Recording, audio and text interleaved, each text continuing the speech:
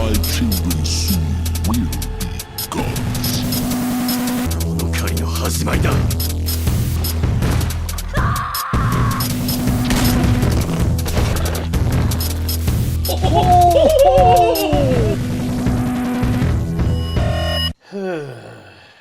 Okay, I'm just gonna level with you. I already know that the Nemesis was ruined in the Resident Evil 3 remake. I know this. Do you want to know how I know this? Because I got an earful from Nick about it, and here's the thing. Every time you all see me point, I always point this way. I don't point this way, I don't point that way, I don't point straight up, I don't point straight down. I point right here because Nick's room is literally right frickin' there. And, oh, speaking of, is he making a return? Uh-oh. Sorry, I just thought of something. What'd you think of? We would still normally have to watch 2 more shows tonight, because it's Thursday at this point. In order to not have to do... Actually, it's Wednesday. Is it? Yeah. Alright. Still Wednesday. Never mind. Okay. I was just telling everyone what I thought about or what you thought about Nemesis. Care to regale them? If he didn't teleport, he'd be a lot better. There you go. If he didn't teleport, he'd be a lot better. Oops. What? I squirted hand cream in my hand, and I turned around to answer your question, and I went to rub the hand cream on, and it's gone out of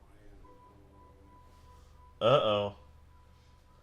There's random hand cream all over the floor now because Nick got distracted talking about how bad the Nemesis in the Resident Evil 3 remake is.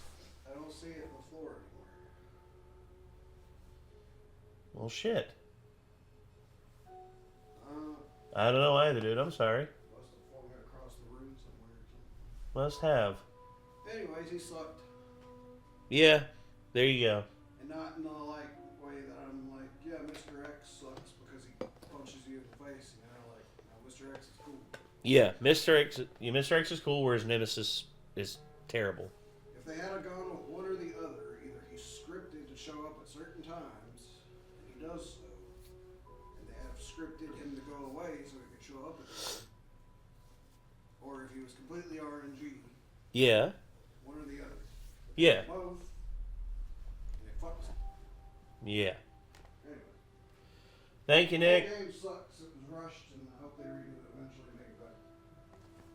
I agree.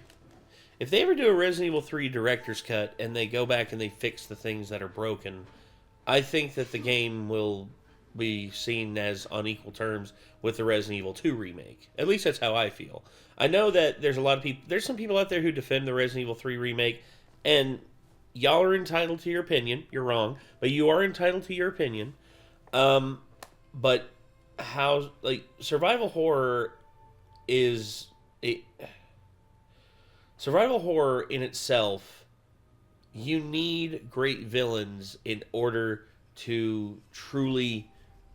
heck, sometimes you don't even need villains. Sometimes you just need a creepy environment. But when you're talking about, true survival horror, when you're talking about Resident Evil, which is considered by many to be the quintessential modern survival horror, 3D survival horror video game, I mean, yeah, it stands the test of time, and I would love to see... Here's the thing. I know that there's the remake, the Resident Evil remake that they did that updated the game and all that, and that's all well and good. I want a Resident Evil game like what this one is, or what the Resident Evil 2 remake did, but I want them to do that with with Resident Evil, with the first Resident Evil game.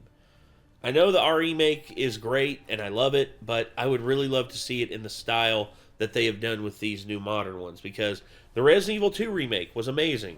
The Resident Evil 3 remake, the Resident Evil 4 remake was amazing. And whatever they choose to do next, whether it's Resident Evil 5, whether it's a remake, or a full rebuild of Resident Evil 3 remake, and they do the director's cut, and then not only that, but also they do a remake of the the original Resident Evil. I would love to see that. But anyway, if you want to know how I feel. Well, okay. And some of the Resident Evil 3 remake defenders, the RE3 make, to sum it up, I don't think there's anyone who can sum it up better than one Yahtzee Croshaw. So, let's see. Resident Evil 3. Here we go. Resident Evil 3 make. Yeah. So, I mean, what the fuck were they even working? here we go. This, I think... Oh, wrong one. Here we go. No, what's really taking the piss is that outside the rather anemic campaign badly in need of a Mars bar and some exercise, there aren't even any other gameplay modes. No mercenaries mode, no extra challenges. I mean, what the fuck were they even working on this whole time? Probably the multiplayer yards. Why don't you play some of it? Hello, Doctor. I'm hearing the voices again. The ones that keep telling me to hurt myself. Oh, I love yachts. Also, it sucks that Zero Punctuation is still under the aegis of the Escapists, who literally, like, screwed over all the people who were working with them. And, yeah. But the whole deal with the Resident Evil 3 remake is that people were just like, well, they had the amazing multiplayer mode. How amazing was it? Did you play it? Did you play it? Huh? Did you play it? Was it good? Was it good for you? I'm sorry. I need to recenter myself. There we go. Anywho, how survival horror's greatest monster was ruined by Pastra. So this was sent to me by our amazing contributor, an awesome person that always sends me some quality stuff on streams, Anarchy, specifically Anarchy 17. Thank you very much, Anarchy. You are awesome, and we appreciate everything that you send.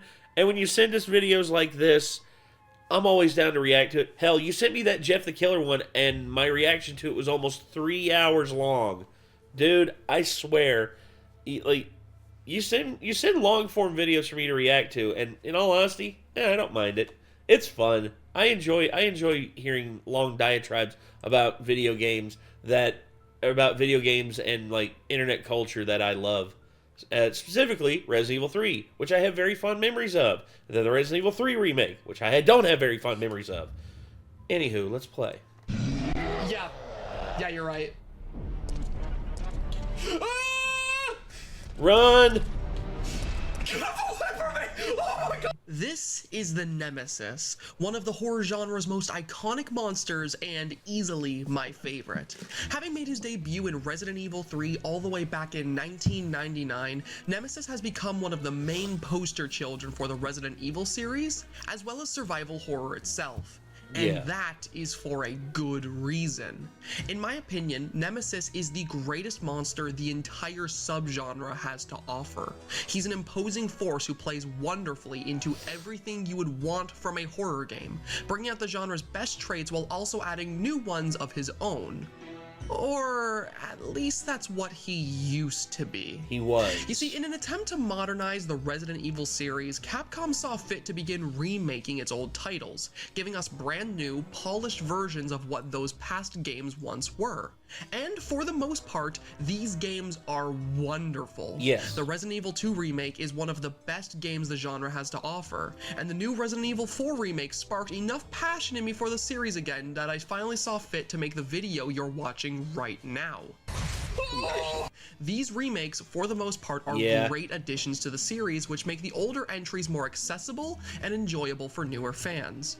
All except for one: Resident Evil 3. The remake of RE3 fails in several different ways to recreate the charm of the original game. A vast amount of content was cut, elements of the story were completely changed, and of course, there's the elephant in the room: Nemesis was ruined. Yes. Resident Evil 3 Remake takes everything that makes the original version of this iconic enemy work effectively and either waters it down or removes it completely, giving us a much more hollow, bastardized version of the monster I love. Yes. And today, we're going to talk about just that. In this video, I plan on going in depth on the Nemesis, explaining why I feel he is the greatest monster survival horror has to offer, and then going in depth on how much of that we lost once he was remade for modern audiences. So, without further ado, let's delve into it.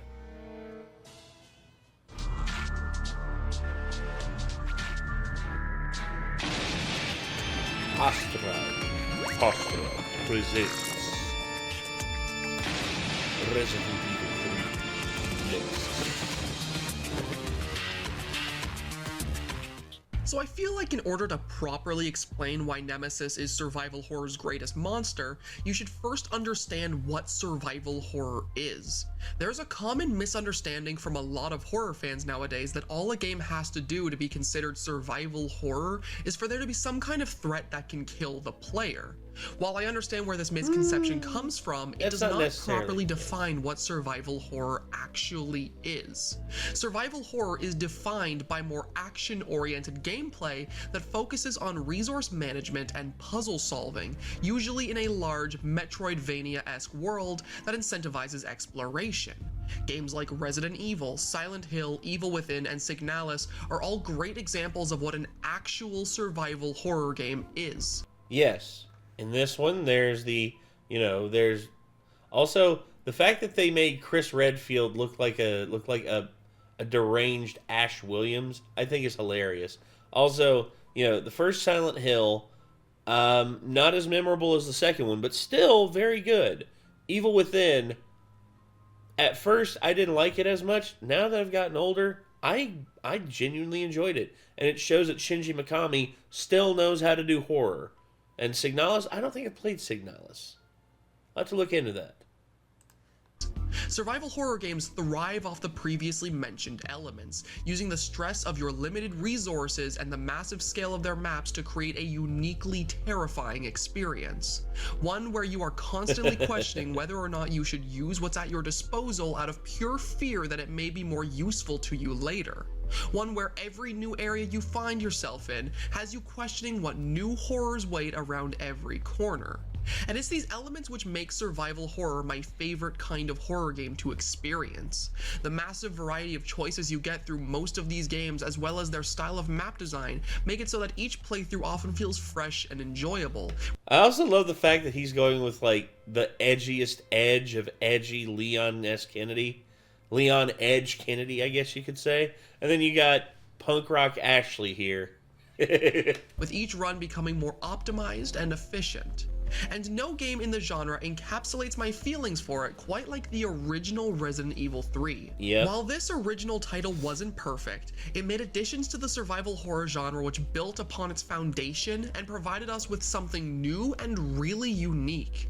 Rather than taking place in a more claustrophobic indoors location like RE1 and 2, 3 opted to give us a much more expansive and open setting with Raccoon City. This made the game feel much grander in scale and allowed for very unique set pieces, the likes of which we don't often get to see from this series. Makes this new map with the addition of the game's choice-making system, which allows us to make on-the-spot decisions that can either change the game's story in minor or major ways, and you have an experience which is extremely replayable and unpredictable. And then, of course, there was the addition of the games, as well as this video's poster child, the Nemesis.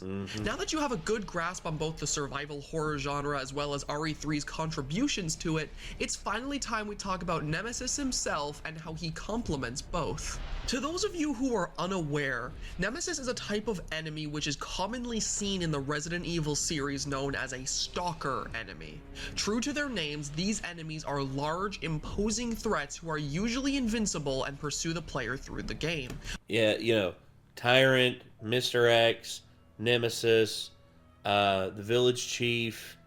They're like, this series is known for them. Appearing at seemingly random times and giving chase. Although he wasn't the first, Nemesis was the monster which popularized this type of enemy design, spawning many more like him with Jack yeah. Baker in RE7, Lady Demetresk in RE8, Mr. X in RE2 Remake, and many, many more like him. And actually playing RE3 and seeing Nemesis in action, it makes a lot of sense why this style of enemy became so popular. Being pursued by Nemesis is terrifying, even when compared to the many monsters we now have that function similarly to him. Nemesis is faster than the player, he does more damage, and he's even able to wield weapons which make him an even greater threat from long distances. He feels unrelenting, like no matter what you do, he will eventually catch up to you. And it's these encounters which act as a looming threat over our heads as we play through RE3. Even when Nemesis isn't around, it feels like he may appear around any corner, either blocking the way to an area we need to go or appearing directly behind us and giving chase. Jesus! Oh my god! Oh! Oh! Oh!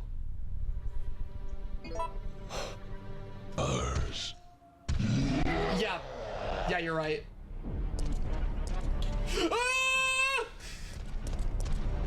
Run! Oh my god! Run! He's so fucking fast!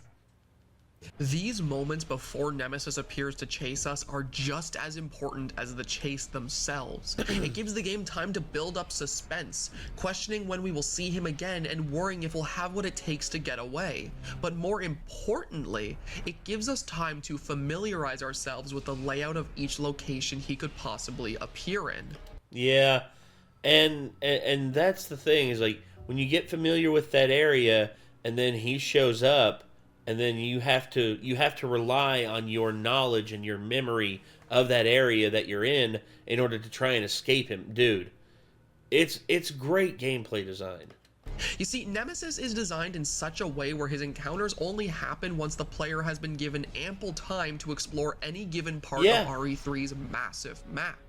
This makes it so that each encounter with him, though terrifying, is also fair, allowing the player to try and run to the safest place they can without getting horribly lost in the process. If Nemesis were a threat that were chasing us constantly, it wouldn't feel balanced with the way RE3 is meant to be played. The game incentivizes exploration, and it does so by presenting a constant looming threat which could test your map knowledge at any given point without warning. And that's just one of the ways Nemesis complements the design philosophy of RE3's map. As I said before, Raccoon City was designed to be a much more expansive and open map than we saw in the likes of RE1's Spencer Mansion and RE2's RPD. This feels like both a conscious decision for the sake of exploration, but also like it was done with Nemesis in mind. Being such a fast and unrelenting threat, Nemesis functions very nicely in the open areas of Raccoon City and its many other locations. It feels like the player has many options to avoid him as well as his weapons, something which would be much harder to balance if we were to encounter him in one of the more claustrophobic spaces seen in previous titles. Just imagine a threat like Nemesis, as fast and strong as he is, chasing you down a tight, narrow corridor. It would feel borderline unfair, with his rocket fire being completely unavoidable and his grab attacks being impossible to dodge. Mix that with the fact that those older games often had enemies which would block your way, and you'd have an experience which would feel far more frustrating than scary. This kind of design philosophy is why RE2's stalker enemy, Mr. X, is a much slower threat than the likes of Nemesis. If he were any faster, he would always catch the player due to the map design of where he's used. So he was purposely made slower to make him feel both intimidating, but also a balanced threat to face. By placing him in a more open location like Raccoon City, the developers of RE3 were able to go all out with Nemesis, making him as competent and as dangerous as they possibly could, both to try and run from, but also to fight. Yeah, I said fight. You see, one element I've neglected to bring up to this point, which reflects another great aspect of Nemesis's enemy design, is that at any given time he appears, the player actually has the choice of either running from him as I mentioned before, or standing their ground and facing him head on. Choosing to do so on the game's harder difficulty always yields some kind of reward which isn't normally available to the player. Things like parts to make new weapons, first aid boxes which can hold multiple med sprays at a time, infinite ammo weapons, etc, etc. This element of the game instantly introduces a new dynamic to it which complements the other part of survival horror that I love, tough decision making. By having this mechanic in place, it essentially makes it so that each time Nemesis appears in a given area, the player is given a choice.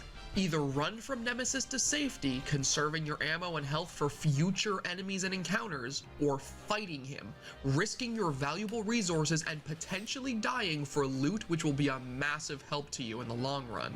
There's pros and cons to each encounter with Nemesis, leading to both choices being equally valid when chosen. And this is accomplished by one simple factor. Nemesis is really hard to kill. Yeah. Like I mentioned before, Nemesis is a very tough enemy. He's faster than you, does more damage, is a massive bullet sponge, and that's just the tip of the iceberg when it comes to the immense challenge this guy poses any given time you even think about facing him. There are mechanics present with how he interacts with you that add even more to how challenging he is. Weapons like the grenade launcher can be dodged by him with ease. If he grabs and throws you, there's a chance you won't even be able to get up in time before he picks you up again to finish you off. And just when you think you've killed him the first time you try fighting Here him, he comes again. this happens. I love that game. It's so fun. I downloaded it and I couldn't get past the first mission. I never even got outside because I needed to put it down. It was so boring. I'll say one thing is actually you have to play RE8. You did it! Oh my god! Oh my god! Oh You're my the god! gamer boy! What? Shit. Never mind! No, you're not. Oh, just kidding. He gets up and he's even faster. All of these elements make him absurdly difficult to kill already, and that's before I mention easily the most dangerous part of Nemesis, his intelligence. Somehow, this game made over the span of a single year from 1999 has one of the most intelligent and innovative AIs for a horror game I've ever seen. Nemesis is not just some typical monster with easily predictable patterns that you can exploit. He is a smart, dynamic enemy which is aware of what you will try to do to defeat him and actually plays around that. This much is clear from the moment we first try to fight him. In my first encounter with Nemesis, I immediately tried to abuse what I thought were windows of opportunity to attack him. I would kite him around, trying to— Okay, sorry everybody. I gotta grab this cable over here. My phone's about to die. I'm trying to keep. My mom is flying somewhere, and I'm trying to keep my phone active so that I can stay in contact with her and make sure she's okay. So sorry about that. But anyway, back to the video. To make him use an attack with a long animation so I could punish him when he missed. But here's the thing. Once I tried this, it was immediately shut down by the fact that Nemesis's AI was smart enough to recognize when his attack was about to miss, canceling it halfway through its animation and choosing to sprint at me to try again. This set a precedent for how Nemesis encounters should be approached, establishing that this enemy was one who had ways to work around what would seem like easy exploits. This kind of behavior is seen even better later on with two of his boss fights, one at the clock tower and another at the dead factory. In his clock tower boss fight, we're meant to try and evade his rocket launcher as he attempts to shoot at us, trying to stall him out long enough that he runs out of ammo and faces us head on. Trying to dodge these attacks seems very daunting at first. They deal a lot of damage, move extremely fast, and on occasion Nemesis takes a longer time to fire just to add a level of unpredictability. But as you begin to play this fight, you notice that there is an area just behind these hedges where there are some objects which can block the rocket fire. Naturally, on my first couple of attempts at this fight, I tried to take advantage of this, standing behind them so that Nemesis would waste all his shots.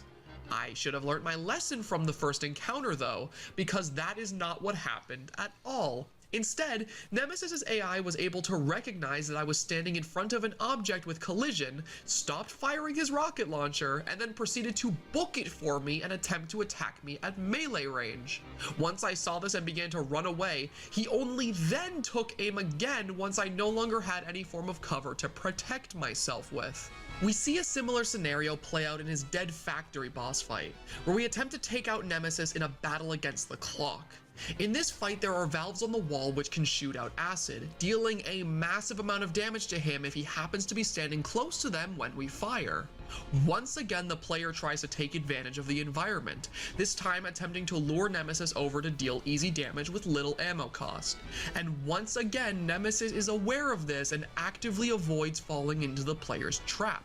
When you preemptively shoot the valves which spray the acid, Nemesis will stop dead in his tracks and actively begin moving away from where the acid will be spraying from, recognizing the threat and trying to attack you from far away. This makes for the fight being infinitely more challenging, while also introducing a fun element of using that to your advantage to shoot Nemesis from afar without him approaching right away. Both of these fights are shining examples of how Nemesis isn't just challenging because of him being a bullet sponge with high damage, but rather a complex and dynamic threat who consistently tries to take advantage of the tools it has to defeat you. Yes. Every given encounter with him feels like both the player and Nemesis himself are aware of each other's strengths and weaknesses and actually try to play into them, making for each encounter being extremely challenging, but also very rewarding. When I tried fighting Nemesis on hard mode for the first time, it took me over 2 hours to kill him even once in the RPD, and the same can be said for his Clock Tower boss fight, which took me over 3.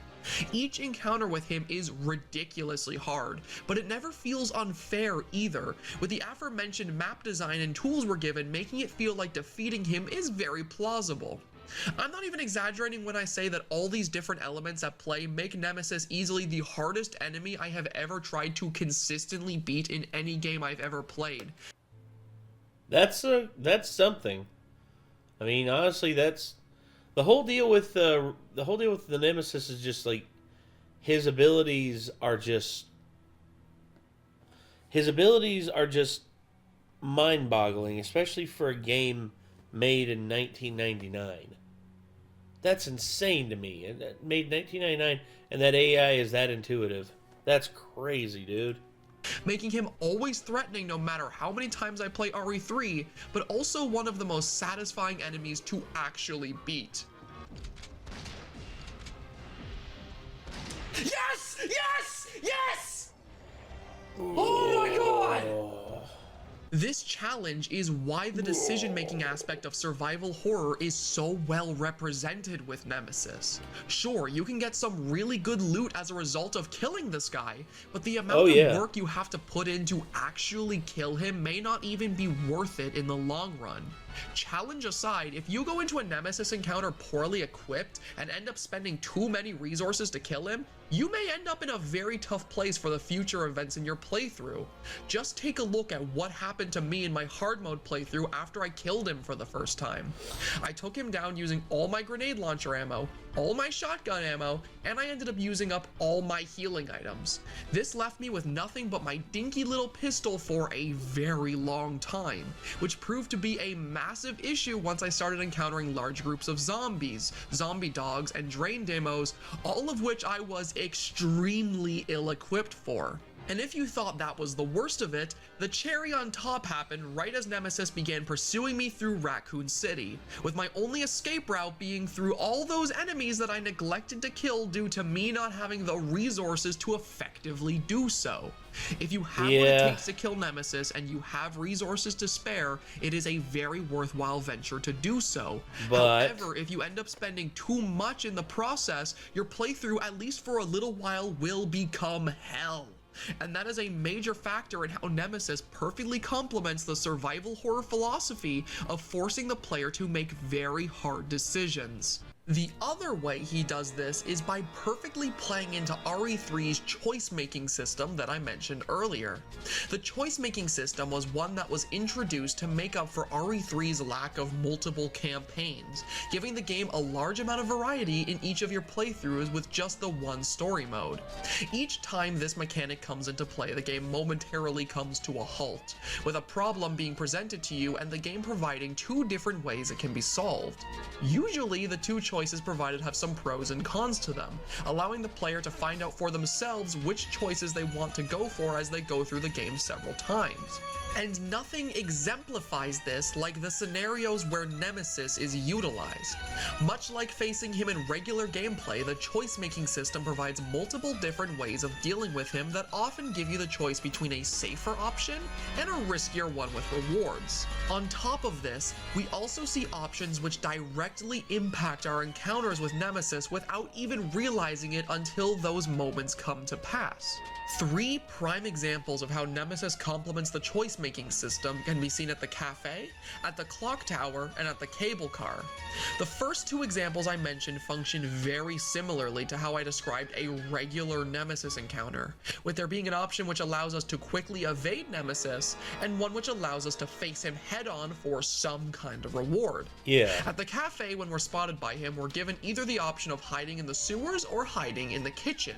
The sewers, the much safer option, allow us to successfully hide from Nemesis, causing him to leave the building with no further confrontation. This option is a very convenient one where we easily bypass an entire section of the game where he would otherwise be pursuing us. The other option of hiding in the kitchen is one where we choose to go on the offensive, throwing a lamp into a room with flammable objects when Nemesis isn't looking and getting a free loot drop out of it basically for free. This option is a great way to get one of Nemesis's many valuable loot drops with very little work being needed, but it has the disadvantage of telling him our location and causing him to pursue us through Raccoon City. We see a similar set of events play out at the clock tower when we're confronted by him there, with the option of shining the light in his eyes giving us an easy way to avoid facing him entirely, while choosing to electrocute him giving us another loot drop at the cost of him appearing to chase us through the rest of the area. These 2 scenarios are wonderful examples of how Nemesis's overall risk and reward style of gameplay show itself in other elements of RE3, complementing the choice-making system and adding a new layer to how the player goes about their playthroughs. But what about the 3rd example at the cable car? Well, that one is a special case that isn't even immediately apparent when we get the choice for it. When we get on the cable car and it begins to crash, we're given the option of either jumping out the window or using an emergency brake. Whichever one we choose seemingly changes very little, with it having barely any consequence over the events that happen in the clock tower itself. It's only when we arrive at the Nemesis boss in the courtyard that we begin to understand the impact that our decision has. Choosing to jump out the window gives us the boss I talked about earlier, where we face Nemesis in his regular form, avoiding his rocket fire as we wait for him to run out of ammo. Choosing to use the emergency brakes, however, sparks an entirely new encounter where Carlos comes in to save the day, destroying Nemesis's rocket launcher and creating a new Nemesis form which acts as a bridge between his first and second forms. In this encounter, we get a look at Nemesis's tentacle attack, which becomes a staple of his second form, and we get to see a much more aggressive, melee-focused fight. It's an entirely different boss fight that is only separated by a seemingly arbitrary choice, one that you may never even get to experience if you only play the game one time over. And this is part of the reason why I feel this choice-making system is genius in conjunction with Nemesis. As well as keeping the experience of RE3 fresh for the player, it also adds a layer of unpredictability to any given Nemesis encounter, making it feel like any small choice will have a butterfly effect that causes his behavior to change entirely. It feels like every decision you make impacts both the gameplay and the story, making it harder and harder for both the game and Nemesis as an enemy to become stale. And speaking of the story, gameplay isn't the only way this game masterfully utilizes Nemesis as an enemy. The story, although very simple at times, does absolutely everything it needs to convey to us just how much of a threat Nemesis is. So with that in mind, that is what I would love to talk about next. The story of RE3 does a wonderful job at not only conveying the threat Nemesis poses to us, but also doing so in such a way where every single time we triumph over him, it is extremely satisfying. This much is evident from the very start of the game. We follow Jill as she runs through the zombie-infested streets of Raccoon City, killing any and all zombies in her way and trying desperately to find any friendly faces amidst the chaos. Eventually, as we make our way through the city streets, we get a glimpse of our old friend Brad from RE1 fending off some enemies and quickly running away. Following him, we eventually meet him in an old rundown cafe, helping him fend off a zombie that was about to kill him before we arrived. At this point, we're expecting to be met with an old friend who may be able to help us, but instead, we're met with a terrified, broken person who speaks to us hysterically. He goes on to us about how someone or something is in the city with them, and it won't be long until it's killed any and all members of the STARS unit. Before he can elaborate any further, he runs from the cafe, leaving us to sit with what he said. By this point in the game, as we continue through the city, we're left to wonder what he was talking about. The only glimpse of this monster we got before was on the title screen of the game, ominously staring at us before we started the campaign. We don't know what this thing is capable of or why it has Brad so shaken up, but we know from the context of the cover and from his dialogue that whatever it is, it's far worse than any zombie we'd encountered before. And as we arrive at the RPD, those fears are immediately validated as we see what happens next. Jill! Brad! We've got to...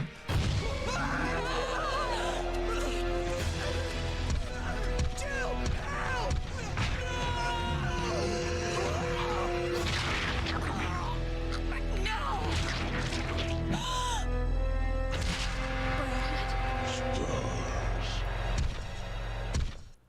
We see Brad again, injured and afraid, seemingly trying to warn us of something before Nemesis appears with no warning, making his presence immediately known by killing off a previously established character like he was nothing. This is a damn near perfect introduction to the Nemesis as a villain. It establishes him right from the get-go as an imposing and efficient threat that will stop at nothing to kill STARS members. And now that the only other one left in the city is dead, that leaves you, the player, as his last target to eliminate. Right after this happens, we're given the first major choice of the game, either choosing to run after seeing what this horrifying threat is capable of, or standing our ground and avenging Brad's death. Whichever we choose has its own benefits and drawbacks, but no matter which we go with, one thing is certain. Nemesis is now active, and he could appear at any given point to hunt us down. And oh boy, does he ever do that. Almost every single major story event in the game works to show us how Nemesis earns his name, with each major encounter with him making a dire circumstance all the more hopeless. There are several events in the game that act as great examples of this, but I feel none work nearly as well as what happens mere moments before the Clock Tower boss fight I talked about previously. You see, very early on when we're still in Raccoon City, we're told by Carlos and Nikolai that the Clock Tower may be our only hope of escape. Umbrella had told survivors that anyone who rings the bell to the Clock Tower will signal a rescue helicopter to evacuate the city. So from there, we have a very clear goal in mind. Power the cable car that can bring us to the Clock Tower and ring the bell. Also, I noticed this a long time ago. That's the DeLorean. That's the DeLorean from Back to the Future. It's like Doc and Marty wound up in the wrong fucking timeline. We spend a large portion of the game working towards this. Also, the bell. I love the fact that a large Japanese food. Japanese. Oh gosh. That's portion hilarious. of the game working towards this goal. Practically all of our time in Raccoon City itself is spent hunting for the resources we need to power the cable car. And once we manage to do that, we spend the entirety of our time in the Clock Tower itself attempting to scale it and ring the bell. After all that though, we manage to reach the top, and after placing the correct gear in its proper place, the bell is rung and our rescue can happen. Finally, we can escape this nightmare. Finally, our struggle is over. At least, that's what we think. Bye. Oh, fuck! Yeah, that's right. Right as we finally achieve the goal we spend hours working towards, victory stares us right in the face, only to be abruptly ripped from us the moment Nemesis shoots that helicopter down. This moment right here solidifies Nemesis as truly being our greatest enemy. The helicopter was our only ticket out that we knew of. It was our only option, and now that it's gone, our situation becomes even more hopeless than it ever was before. It's moments like these that not only keep Nemesis as the imposing villain we know him for, but also make fighting him feel all the better. After seeing stuff like this happen, you actively want to kill this thing. You want to avenge your fallen friends. You want to get revenge for all the times it set you back. And what's great about this is that the story also does a wonderful job at making your triumphs over Nemesis feel really good. On top of the loot system I previously discussed, every time we defeat Nemesis, we can very clearly see the damage we do over time begin to affect him. His trench coat begins to tear off, eventually causing him to transform into a much more unstable form where his body can clearly be seen deteriorating. And by the end of the game, we do so much damage to him that he is essentially reduced to a limping corpse which desperately crawls at us. Seeing this happen over time feels amazing because every single time Nemesis transforms and deteriorates like this, it always happens as a result of us defeating him. His second form comes after his defeat at the clock tower, mere moments after he shot down our last chance of escape. And his final form is achieved only after we literally melt his body using acid in the dead factory. Hell, you can tell the developers knew how good it felt to beat Nemesis, because after you finally thwart him in his final encounter, you literally get the option to finish him off in as badass of a way as possible with no changes to the story beyond that point. Just a satisfying way to finally kill off a foe which has done nothing but torment us through our whole playthrough. The storytelling of RE3 does a wonderful job at establishing a threat that feels like an immovable wall, a monster who is stronger and more dangerous than us, who actively thwarts every attempt we make to flee the city. This not only does a fantastic job at adding to the overall horror of the game, but also allowing us to feel amazing every single time we're able to triumph over this seemingly unstoppable threat, with every encounter after showing him become weaker and weaker until the very end where he's a husk of his former self. And speaking of that final fight, while I feel that the story does a good job at conveying this idea, it's also shown to us wonderfully through the design of Nemesis and his many forms throughout the game. So that is what I would love to talk about next. Nemesis's design in the original RE3 is one of the most effective designs I have ever seen for a monster. It perfectly conveys to the player from the moment we see him what kind of monster he is, and as the game goes on, it does an amazing job at showing the damage we do to him. His base design is absolutely the most effective in my opinion, blending together both simplistic elements and gruesome details to make it all the more striking. The moment we look at Nemesis, we can immediately tell what kind of monster he is. He's depicted as being far more composed than your traditional zombie, adorned in a sleek black trench coat and usually carrying some kind of weapon. These elements tell us from a moment's glance that Nemesis wasn't created by accident like most of the other monsters which infest Raccoon City, but rather he was specifically designed by Umbrella for the purpose of hunting us down.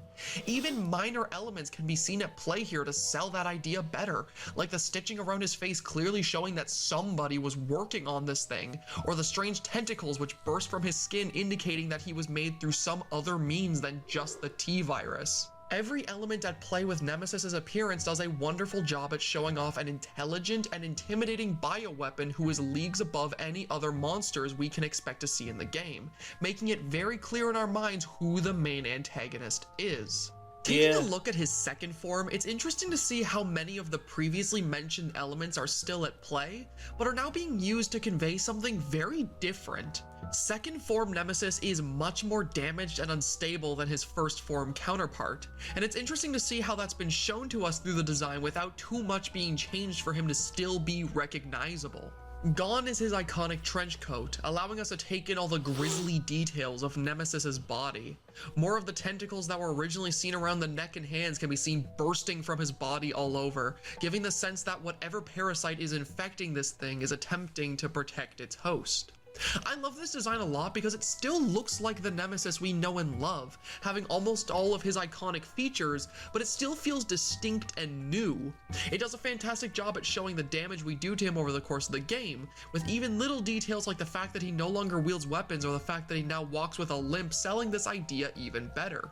It's also a great bridge between the Nemesis design that we get to see for most of the game and the monstrosity that he eventually turns into once he finally transforms into his final form, carrying minor elements of both. And speaking of that final form, the third design of Nemesis is definitely the most drastic departure from the previous two I've discussed here. This form, rather than trying to resemble the Nemesis we've seen through the entire game, goes a completely different route, depicting a massive monstrosity that looks and behaves as if it's on its last leg of life. This design barely even reflects anything that was once vaguely human, crawling like an animal and having parts of the parasite inside of it replacing lost limbs and overcompensating for the immense amount of damage done to it. I love this design for Nemesis for a very different reason than the previous two. I feel like the way this thing looks and the way it crawls around rather than selling the idea of some grandiose final form instead gives the opposite effect, making him seem more like a dying, wounded animal that's fighting for its life. This final battle does a perfect job at showing just how much we've overcome Nemesis, with Jill being stronger than ever and him being reduced to a shambling husk of his former self. It may not look badass or even close to what he originally looked like, but I feel like that's what makes it effective. It allows Nemesis to stand... Yeah, he's not the same, but he's not the same enemy, but he's still the same at heart. Out a lot more from Resident Evil's other final bosses, which usually fall under a similar design principle to one another, giving the fight its own identity and making the game's climax all the more satisfying. These three designs, when used in conjunction with the way he's presented in both the game's story and gameplay, paint a very clear picture of why I believe the original RE3's Nemesis is the greatest monster survival horror has to offer. He perfectly complements every element that makes playing survival horror so enjoyable, forcing you to explore and learn your way around the map and providing you with stressful, on-the-spot decisions with how you're meant to avoid him.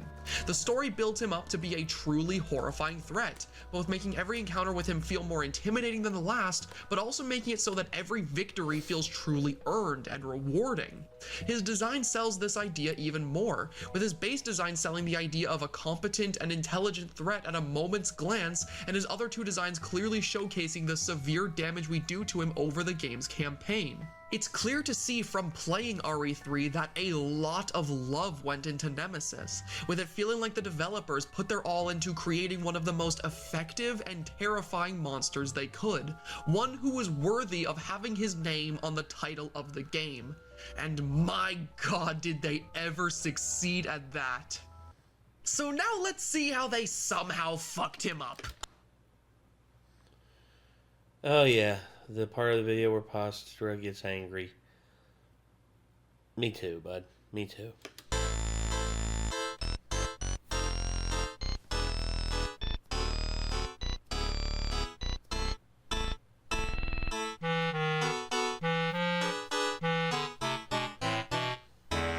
This is not Nemesis. It may look like him, hell, sometimes it even acts like him, but this enemy at a fundamental level is not Nemesis. RE3 Remake was a game which, much like the amazing RE2 remake that came before it, tried its hardest to provide us with a classic Resident Evil experience which could be accessed and enjoyed by a modern audience. But unlike RE2, which did that wonderfully, RE3 instead took so many of the amazing elements that made the original game so charming and either removed them completely or horribly simplified them. And no other aspect of that game shows this off more than the horrible bastardization of Nemesis. Almost every single aspect of Nemesis which I praised in the first half of this video has either been removed or horribly watered down, giving us a version of this iconic enemy which feels like a shell of his former self. In order to give you an idea of what I mean, I intend on going over all the major points I made in the first half of this video, comparing them to how the remake handles them and seeing how they stack up when properly put side by side, starting with the gameplay. The gameplay is what I consider to be the most important element of Nemesis as a monster.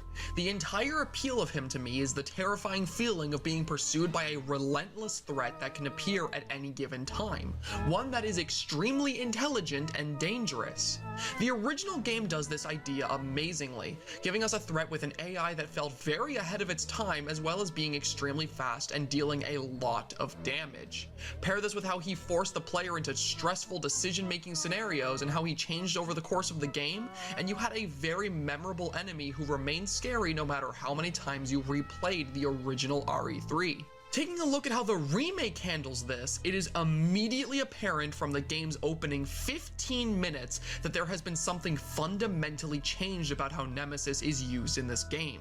The vast majority of his encounters, rather than being intense chases with a dynamic AI that pursues you, are either scripted chases where we hold forward the entire time to escape, or boring, monotonous boss fights.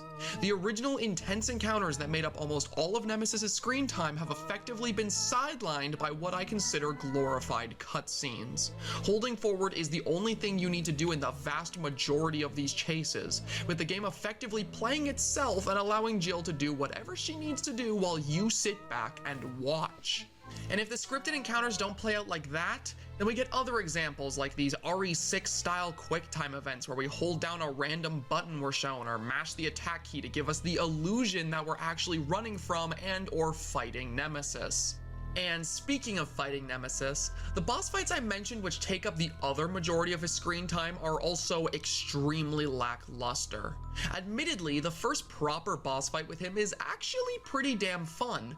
You get to actively try and use the environment to avoid Nemesis's flamethrower. He has a wide variety of different attacks which are all varying levels of campy but are admittedly really cool, and he even does things that feel reminiscent of his old fights like dodging your grenade fire. Where this fight falls apart for me though is with everything that comes both before and after it. Sure, the fight itself is awesome, but the build up to it is one of the worst chases in the entire game.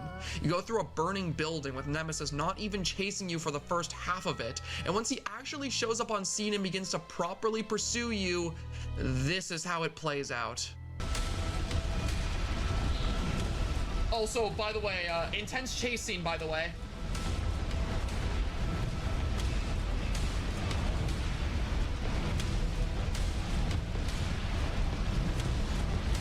And really intense chase over here, guys. I'm really scared.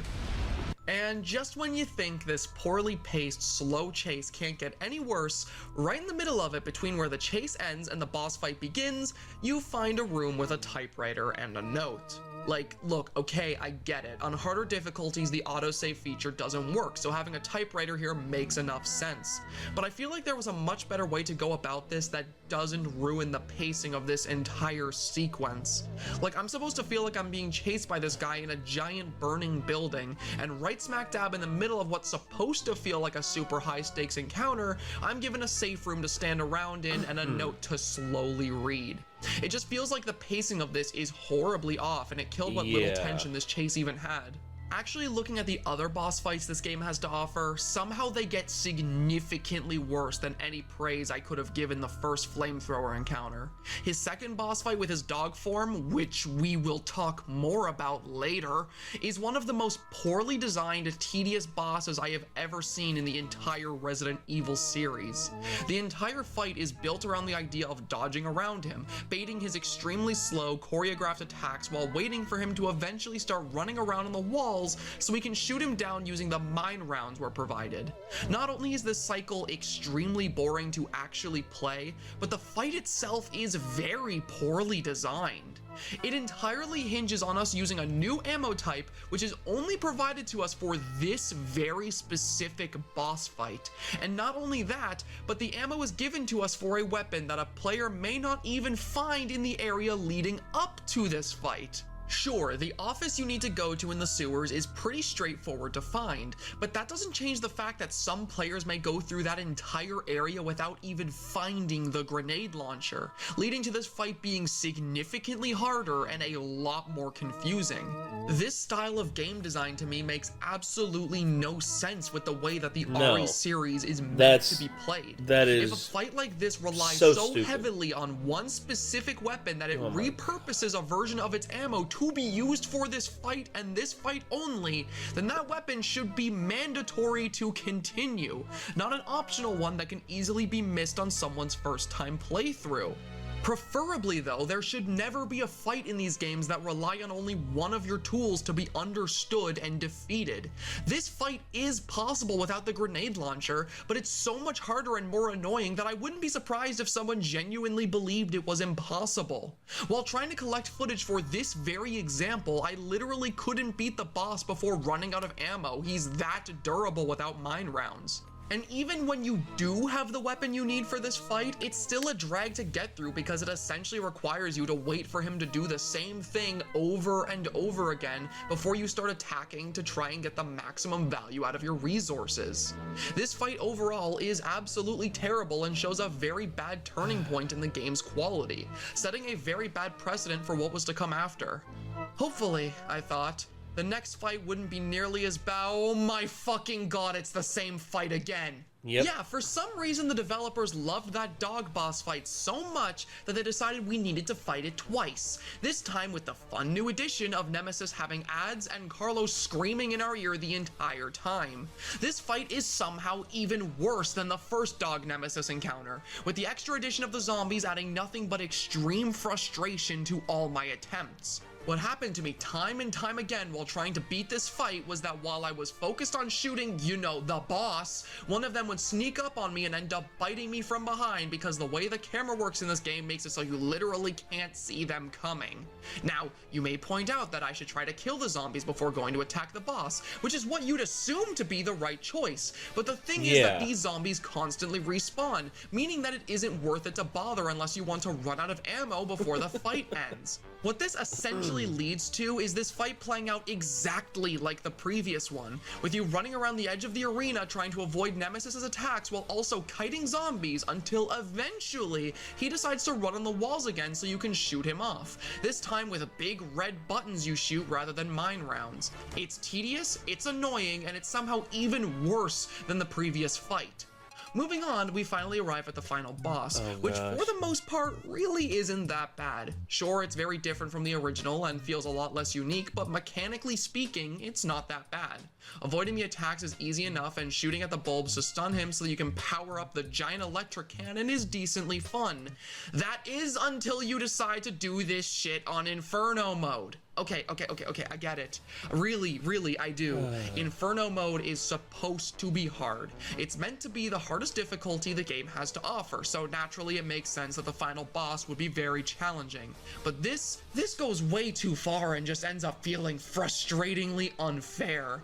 In the Inferno mode version of this fight, the cooldown between Nemesis's attacks is essentially non-existent. What this means is that every single time one of his attacks ends, a new one immediately starts up again, which leads to this.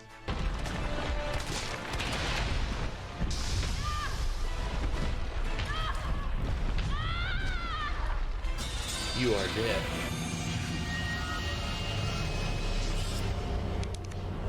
If Nemesis hits you once during this fight, you are effectively dead because his attack animations come out faster than Jill is able to get back up again, and this game does not have invincibility frames.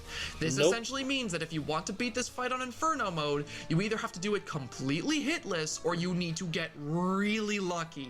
Again, I understand making your final challenge difficult, but this goes into a territory of difficulty that stops being fun and just feels straight up bullshit. Replacing the vast majority of Nemesis's encounters in this game with both scripted chases and poorly designed boss fights feels like such a disservice to the character. Yes. In the original game, his encounters were so stressful because they felt so unpredictable and dangerous. It felt like any given time he appeared, you could get caught out and die. And the boss fights felt really cool because they usually had some interesting way of showing off Nemesis's AI, as well as allowing you to use the environment to your advantage. Now, all this isn't to say that Nemesis's proper chase encounters were removed from the game completely.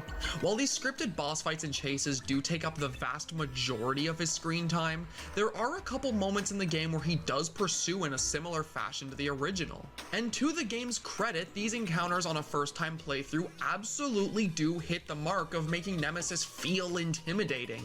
He always appears at times where you can't predict it, breaking through walls or quite literally falling from the sky, and the chases themselves feel extremely tense, with Nemesis often breaking into a full-on sprint to catch up to you, or using his tentacle to pull you towards him. These encounters completely fall apart though the moment I show you this clip. Are you watching? You watching? Oh yeah. Alright, watch this. Watch this.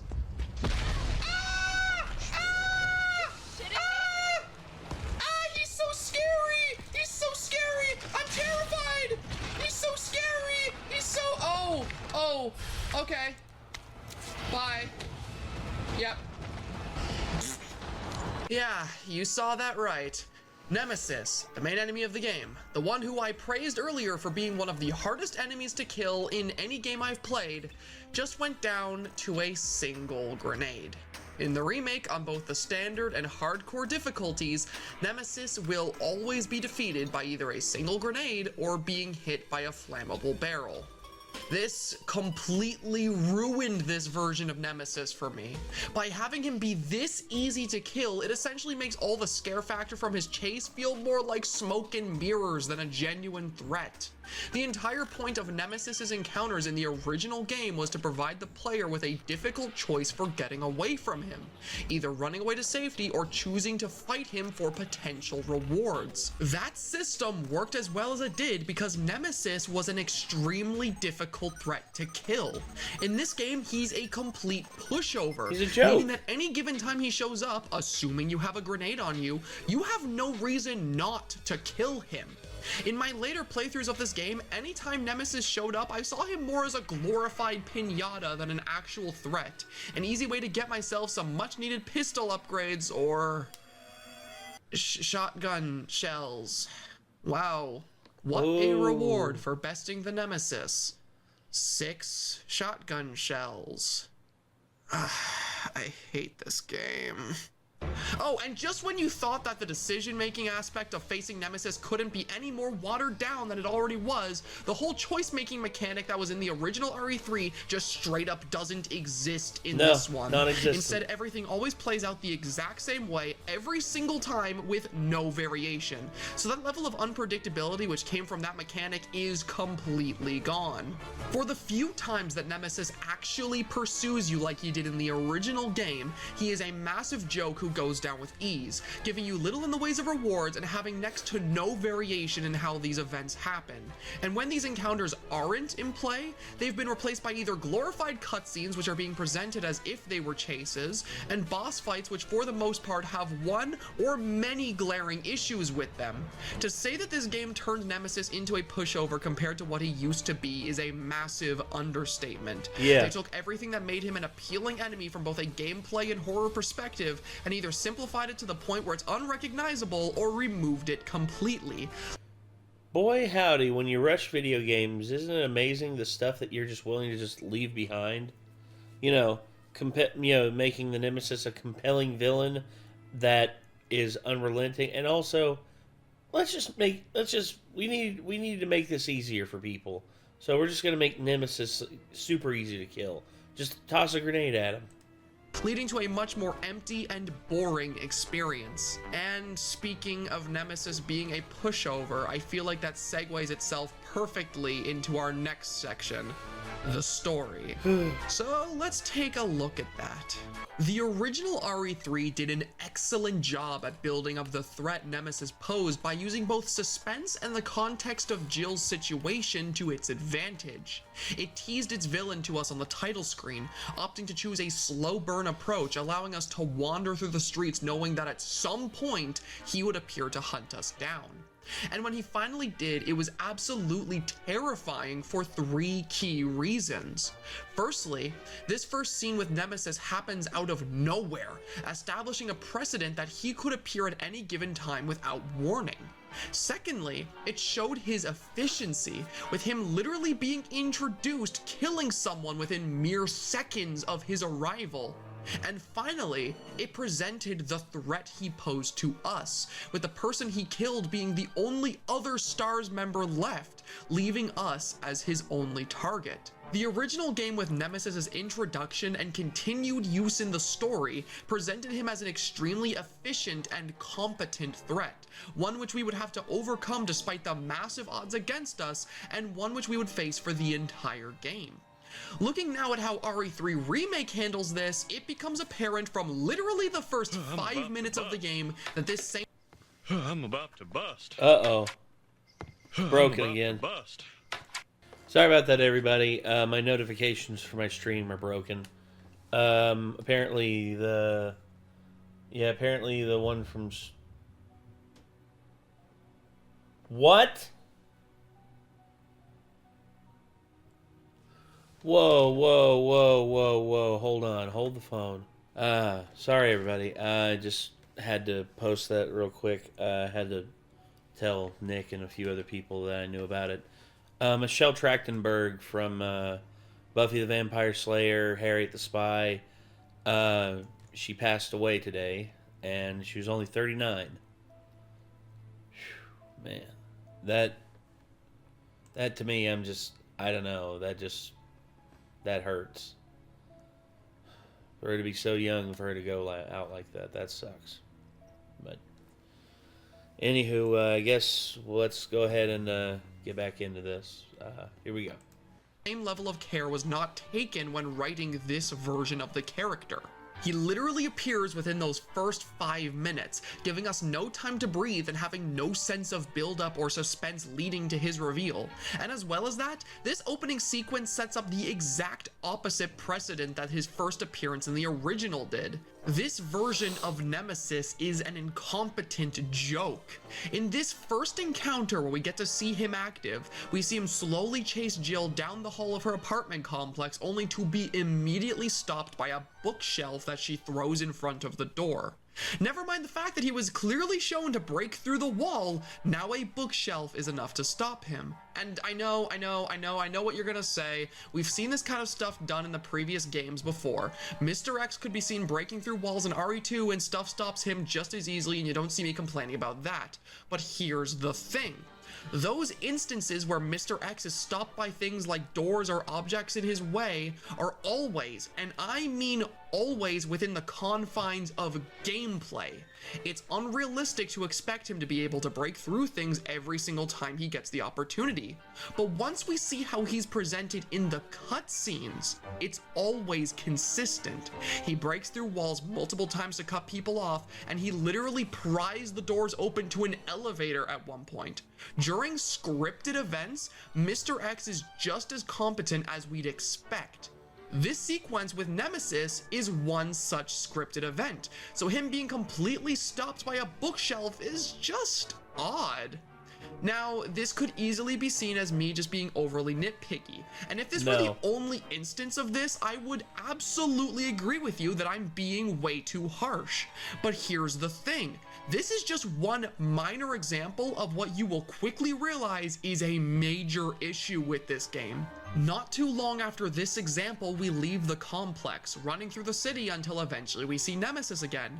We run him over with a car, and right as it seems like we're about to have our first proper fight with him, suddenly Carlos appears, calls him fuckface, and blows him up with a rocket launcher.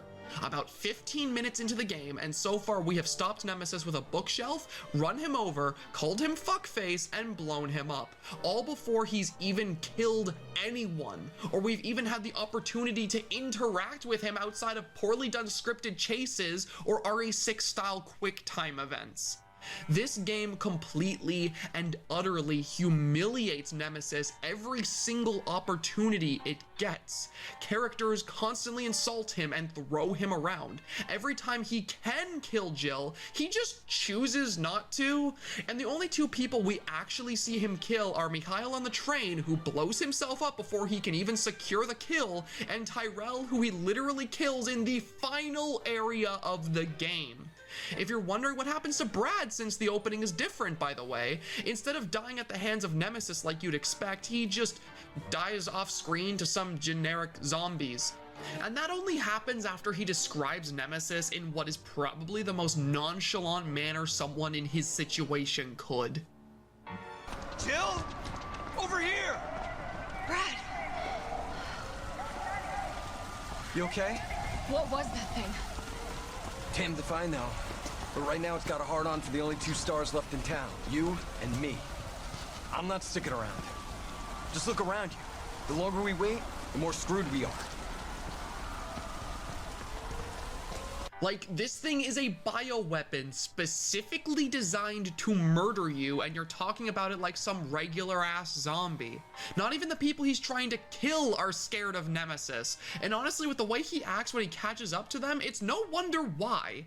In the scripted event leading up to Nemesis's flamethrower fight, we literally see him pick Jill up by the head, something which we saw in the original game led quickly to Brad's death, and instead of her either dying right away or having something or someone come to save her, Nemesis instead just chooses to throw her to the side and wait for her to get up and start running before he tries to light her on fire. Again, this wouldn't be much of an issue to me if it happened in the confines of a gameplay. In the original, when Nemesis picked us up, we had opportunities to escape his grasp, which was fine because that felt better to play and didn't really have an effect on how we viewed him in the story. If anything, it made him scarier because failing to escape his grasp meant instant death. In these cutscenes though, it just works to make him look incredibly incompetent, not even being able to kill the target he was specifically designed to, even when she is quite literally in the palm of his hand. With the way he's presented in this game, it feels like just about anyone could defeat him, let alone Jill. And honestly, with the way the game is written, it feels like just that happens because Jill never beats this thing on her own. In the original game, part of the appeal of the threat Nemesis posed, other than it making him scary, was the idea of overcoming an enemy that felt like an immovable wall. Each time he appeared, we had the option of standing our ground against him, and over the course of the game, we saw him get weaker and weaker as a result of us facing him head on. It's part of what made the game feel so good and rewarding to play. In the remake though, it feels like those accomplishments are rarely ours to take. More often than not, Nemesis's transformations come as a result of someone else helping us rather than us actually overcoming him ourselves. His dog form, which we will talk more about later, is achieved not by us defeating Nemesis at the clock tower like in the original game, but rather when Mikhail blows him up on the train, an event which only slowed him down in the past. Adding on to this, most scripted chases and boss fights, rather than ending with us getting away from and or beating Nemesis, usually end with Carlos saving us, whether it be him melting Nemesis in acid, something we did in the original game, or him blowing up Nemesis by shooting at an oil truck. The only 3 times we truly beat him on our own happened with the flamethrower fight, after our first encounter with his dog form, and during the final boss. But the problem with these is that after seeing how other characters handle Nemesis, they don't feel like a special achievement of our own. All of these events happen after someone else had already done considerable damage to Nemesis, making it feel less like something we were able to do by overcoming the odds, and making it feel more like something really anyone could have done done within the story. And considering the fact that this game's reward system for beating Nemesis was already horribly lacking, this just overall makes our triumphs over him feel so much less meaningful and hollow. Every transformation he experiences through the game doesn't feel like something which happened as a result of the wounds we inflict upon him, but rather a result of random circumstance that we happen to be caught up in. These forms don't even reflect those wounds effectively anymore, with their designs going from lackluster at times to downright terrible at others, which is something I would love to discuss last about this remake and his handling of Nemesis. One of my absolute favorite elements about the original Nemesis was his design. As I said before, I feel like the way he looked in the original RE3 was able to perfectly convey the danger the character posed to us at a simple glance. And just as effectively was it able to show us the amount of damage and change he went through over the course of the campaign as a direct result of our actions. Actually taking a look at the way the remake handled him, I must admit that I don't hate his base form's design. There are elements at play here that I both like and dislike, but for the most part, I feel like the remake did a very effective job at conveying what it needs to about Nemesis just from the way he looks. The new addition of the large motor sticking out of his chest adds on to the feeling of him being an engineered bioweapon, and the use of the bandages all over works to sell this idea even further, even if I do find it looks a little bit goofy with how it's textured. I feel it looks like a trash bag. It looks like he is literally wrapped in trash bags. And I was saying that when I first saw that, like, his intro part there. I'm like, he's literally wrapped in trash bags. Like the trench coat was a bit more effective, but I won't really complain about what we got here since I feel it does sell the same idea in a new and interesting way. Where my main issues start to arise with the base design though is when we take a look at the face. The lack of stitches feel like an obvious and iconic part of the character that was just removed for no good reason, taking away a bit from his recognizability. That and the addition of his new nose, which I feel looks a lot more silly than scary, makes his new design's face quite a bit worse than what we used to have, in my opinion. Not necessarily terrible, but not as good as the original. Overall though, I quite like this design. If you prefer this one over the original, then I totally get it. It does an effective job at conveying what it needs to from just looking at it, and it's close enough to what Nemesis should look like that the character is still recognizable. The same cannot be said, however, for this stupid fucking dog form. It's finally happening. We're finally here. The moment I've been building up to since this second half start. Oh boy.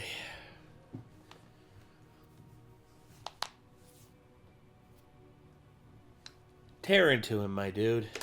The moment where I finally get to talk about this stupid dog form and how it literally ruined this version of Nemesis for me.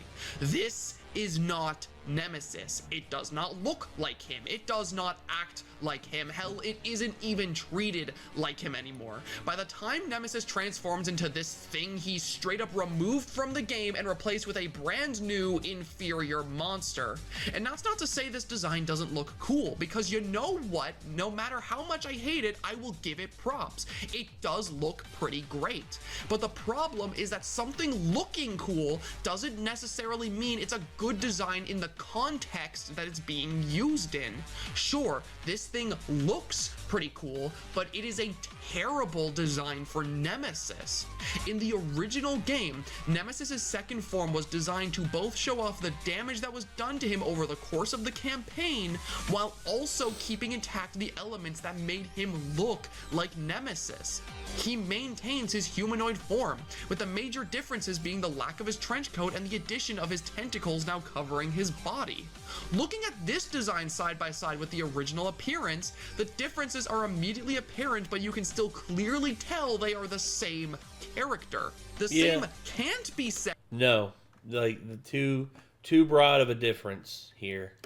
For his second form in the remake, which throws this entire design again, trash bags. trash bags. Design philosophy out the window in favor of turning him into some giant quadrupedal beast. This design in no way attempts to maintain the elements that make Nemesis recognizable.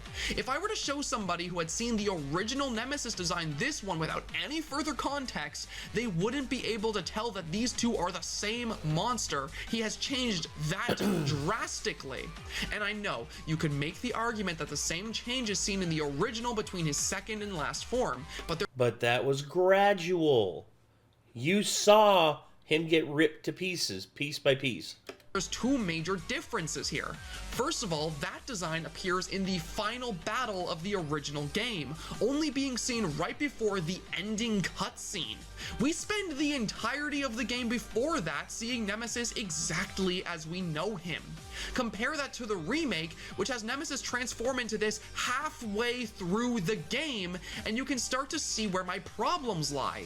This design, which in no way reflects what Nemesis should look like as a monster, takes up half the game's playtime, effectively making it so that the monster we bought the game for vanishes much earlier on than he ever should have. The second and much more important difference is that the final form of Nemesis in the original serves an actual purpose within the game's narrative. It's supposed to convey the culmination of all the damage we managed to do to Nemesis leading up to that point, showing us an unrecognizable monstrosity that is desperately trying to finish the job it was made for. The design scene for this form in the remake has no purpose behind it. If anything, its existence undermines what purpose the character had to begin with. Nemesis is supposed to be a tall, imposing, and intelligent enemy, one which hunts us down with precision and doesn't behave like a monster. Even when he became his second form in the original, we clearly saw that intelligence intact with many of its encounters, but here he looks and behaves like a complete animal. The design and his behavior here are nothing like what Nemesis is supposed to be. Yeah. He just looks and acts like some generic monster which we could encounter from any other enemy in the game now, with the only difference being his durability and size. Hell, this design doesn't even reflect the damage we've done to him over the campaign, instead just making him bigger and quadrupedal. In every single conceivable way, this form fails at giving us the character we literally purchased the game for, effectively replacing him the moment it appears rather than acting as an evolution to what the original design was.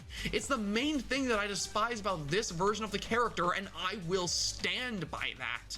Moving on to a much less heated opinion of mine, we see how the remake handled Nemesis's final form, which I have really no strong opinions on, if I'm being honest. I feel like this design definitely... Cut to the neutral response. I have no strong feelings one way or the other.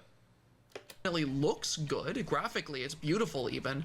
But in all honesty, I'm not a big fan of it because I feel as though it lacks the uniqueness seen from the original. In that game, Nemesis's final form wasn't supposed to be grandiose or cool. It was supposed to give the impression of a monstrosity which was barely alive, trying desperately to survive.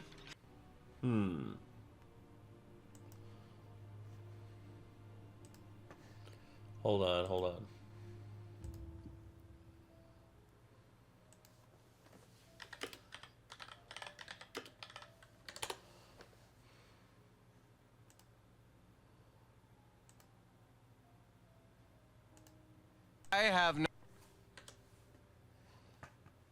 I also love that this is still up, even though that we can't see the exact numbers. I really wish we could still see the exact numbers so that we could maintain the order, but anyway. No strong feelings one way or the other.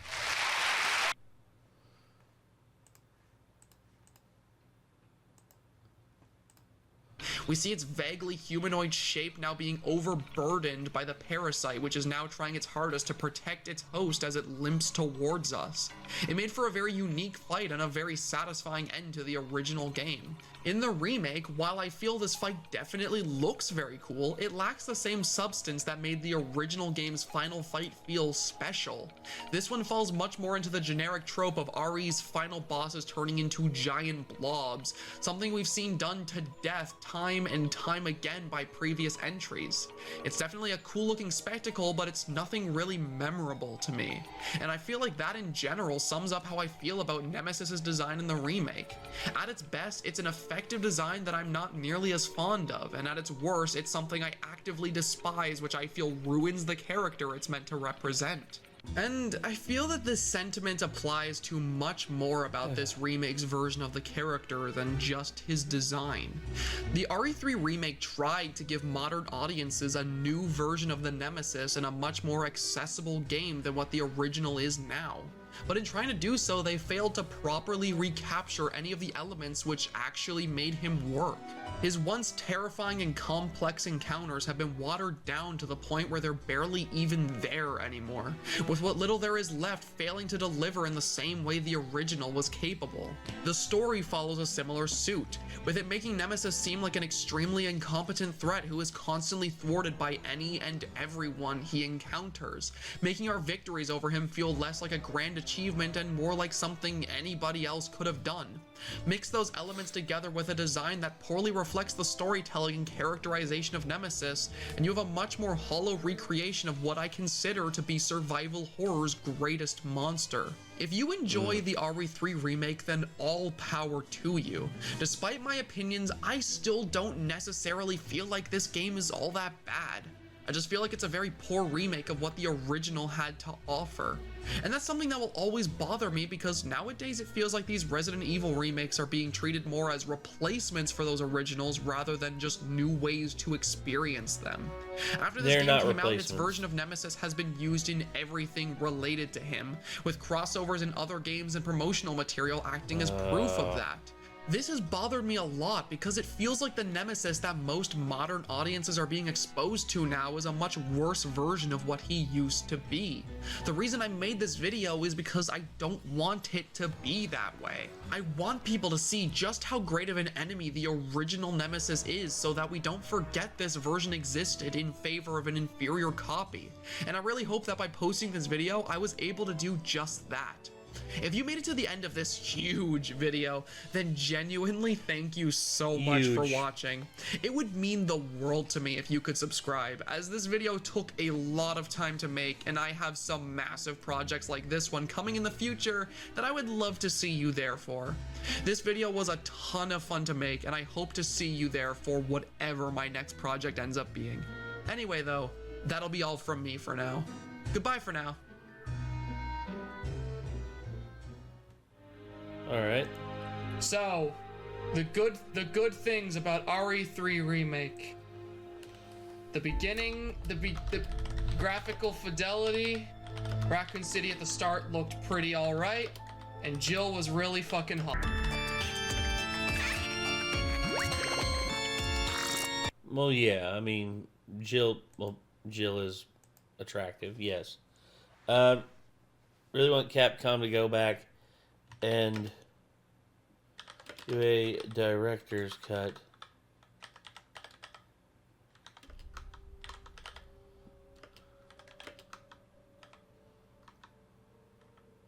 of the RE3 make. Director's cut of the RE3 make.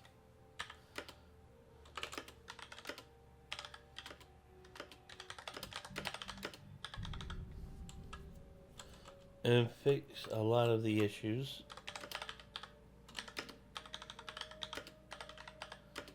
And fix a lot of the issues that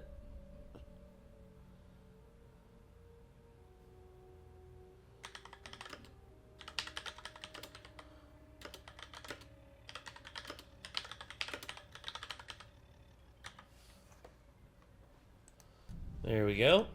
I left a comment on there. So yeah. I've already subscribed to Postra. I left a thumbs up on the video, and I also left a comment. So there we go. So Postra, thank you very much for making that video, and you pretty much hit the nail on the head when it comes to how they ruined the Nemesis, and yeah, I mean, really want Capcom to go back and try this one again. I mean, the RE3 make director's cut. That's what I want. And basically fill it out. Fill it out like what you did with Resident Evil 2 remake and the Resident Evil 4 remake. Like all these extras on top of it. Like, dude, why not? This game felt a bit anemic. It felt like it was like running on fumes when it came to certain things. But yeah, anyway, I don't want to harp on too much about this. I want to thank all y'all for tuning in, and I want to thank Anarchy once again for this recommendation. Thank you very much, Anarchy. And yeah, if you all enjoyed more and you want to see more Postra, I think his channel will be right over here. I think over top of Beetlejuice. So if y'all want to check that out. But if you want to subscribe to our channel, I highly recommend it. Also, on the screen there will be 2 different videos, or probably a playlist in a video. One will take you to the Renegade TV, our anime reaction channel, and then the other one will take you to our to another video on this channel, recommended by the algorithm. I don't know how it works. It's just what it does. But anyway, everybody, thank you all very much for tuning in, and until next time, I am Nate. I will see you all in the next one. Take care. Peace.